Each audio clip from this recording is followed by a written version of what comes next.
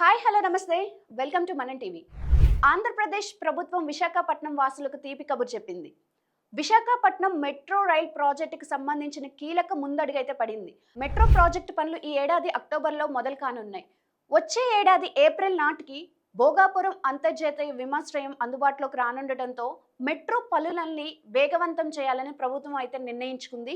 అలాగే విశాఖపట్నంలో double decker విధానంలో మెట్రో రైల్ నిర్మాణం చేసి భోగాపురం విమానాశ్రయానికి అనుసంధానంగా రహదారులు నిర్మించనున్నారు. విశాఖపట్నం మెట్రో రైల్ ప్రాజెక్టు మొదటి దశలో స్టీల్ ప్లాంట్ కొమ్మాది, గురుద్వార పాత పోస్టాఫీస్, తాటిచెట్లపాలెం, చినవాల్తేరు పట్టాలెక్కించనున్నారు. గాజువాక, విశాఖ గ్రామీణం, మహారాణిపేట, సీతమ్మధార మండలాల పరిధిలో 42 మెట్రో స్టేషన్లు రానున్నాయి.